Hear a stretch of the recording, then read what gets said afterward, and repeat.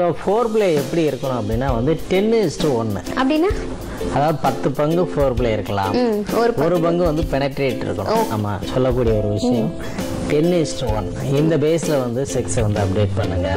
உங்க மனைவியோட நீங்க வந்து கிஸ்ஸிங் பண்ணலாம், சுவைத்தல்ல ஈடுபடலாம், இல்ல வந்து ரப்பிங் பண்ணலாம். ரப்பிங் தெரியும் இல்லையா? சொல்லிருக்கீங்க. ரப் பண்றது, ஸ்ட்ரோக் பண்றது. ஸ்ட்ரோக் பண்றது வந்து தயிர் கடைகிற மாதிரி அந்த ஃபிங்கராலே வந்து ரொட்டேட் பண்றது.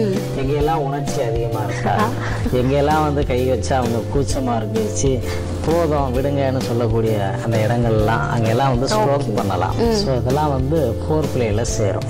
ஸோ இந்த மாதிரி பண்ணி அந்த விளையாண்டுட்டே வந்து என்ன பண்ணணும் அப்படின்னா, ஸோ வந்து ஒரு 10 நிமிடம் ஃபோர் பிளே அப்படின்னா வந்து ஒரு நிமிடம் வந்து பெனட்ரேட் பண்ணணும்.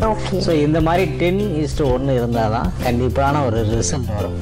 அதே நேரத்தில் வந்து என்ன அப்படின்னா வந்து தன்னுடைய கணவன் வந்து ஃபோர் பிளேயில் தன்னுடைய ஆவேசத்தை உணர்ச்சியை எழுப்பி தனக்கு வந்து அந்த லூப்ரிகேஷனுக்கு வந்து ஹெல்ப் பண்ணுறதுனால அந்த பெண் வந்து ஏதாவது பேசணும்.